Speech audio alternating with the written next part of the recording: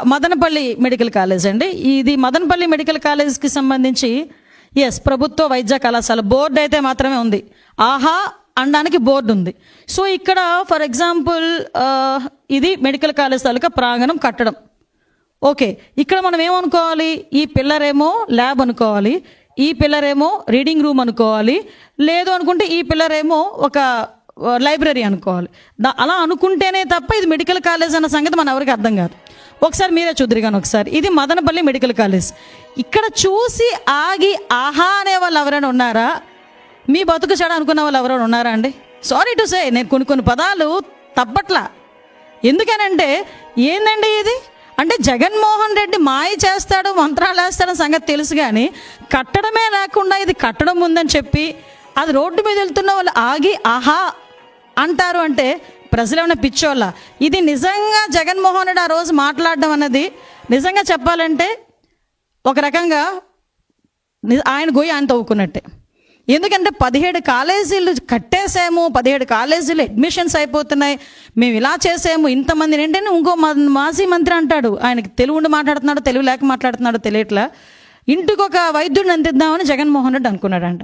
ఇంటికి ఒక వైద్యుడిని అందిద్దామని జగన్మోహన్ రెడ్డి అనుకుంటే ఈ 17 కాలేజీల్లో ఇంకో కాలేజ్, ఇంకో మచ్చుతునక ఎక్కడంటే ఇది మార్కాపురం.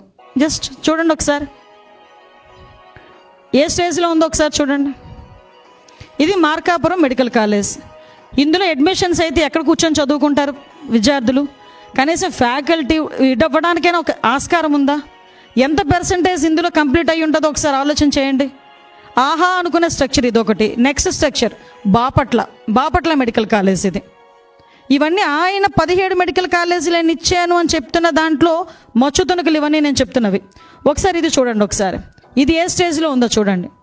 ఇవన్నీ కూడా ఈరోజు what ever it Jaganmohan Reddy నేను ఇచ్చాను మెడికల్ కాలేజీలు, వీటిలన్నింటినీ ప్రైవేటు పరం చేసేసి వైద్య విద్యని ప్రజలకి దూరం చేస్తున్నారు అన్న పదానికి ఈరోజు మీరు అందరూ ఒకసారి ఆలోచన చేసుకోవాల్సిన పరిస్థితి అదేనా ఉంది. సో ఇవన్నీ కూడా పాలకొల్లు మెడికల్ కాలేజ్ అండి ఇది.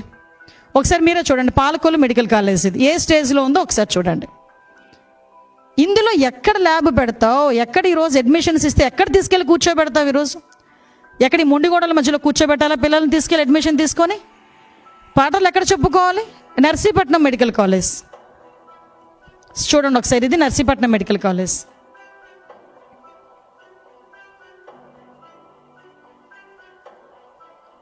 ఆఖరికి సెంట్రల్ గవర్నమెంట్ కూడా ఇచ్చిన ఫండ్ని ఫుల్ ఫ్లెజ్డ్గా మీరు వినియోగించుకోలేకపోయారు అని ఒక స్టేట్మెంట్ కూడా ఇవ్వటం.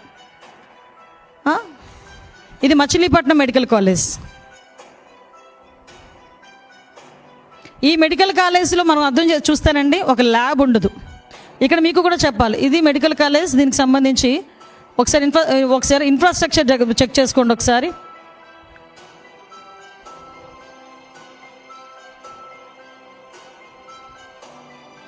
ఇవి ఈయన అనుకుంటున్న మెడికల్ కాలేజీలు. ఇది పెనుగొండ. నిన్ననే మా మంత్రి గారు కూడా ఒకసారి వెళ్ళి చూపించి వచ్చారు అందరికీ కూడా. ఇది పెనుగొండ మెడికల్ కాలేజ్. ఏ వైద్య విద్యార్థులను ఇందులోంచి తీసుకొద్దామండి? ఏ వైద్యుల్ని, ఇంటికి ఒక వైద్యుడిని ఇలాంటి చోట నుంచి తీసుకొద్దామా? ఇంటికి ఒక వైద్యుడిని ఇలాంటి చోట చదివించి ఈరోజు వైద్య ప్రమాణాలని, జీవన ప్రమాణాలని పెంచడానికి ఏమైనా ఆస్కారం ఉందా అసలు? నంద్యాల మెడికల్ కాలేజ్ ప్రారంభకులు చూసారు, అక్కడ శంకుస్థాపనలు రాయలేదు మాత్రం పర్ఫెక్ట్గా ఉన్నాయి.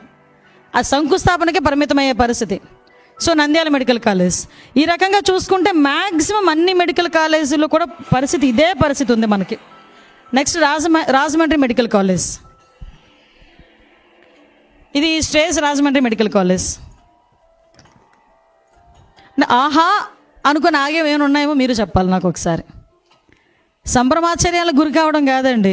అంటే జగన్మోహన్ రెడ్డి ఏదో అంటారు కదా, దేన్నైనా మసిపూసి మారేడుకాయ చేయగలరు అని ఇంకొకసారి ప్రజలకు అర్థమయ్యేటట్టు జగన్మోహన్ రెడ్డి చేసుకున్నాడు ఈ విషయంలో. అది మాత్రం క్లియర్. అంటే జరగనిది కూడా జరిగినట్టుగా క్రియేట్ చేయడానికి సాక్ష్యాలు ఏమైపోతాయండి ఈరోజు?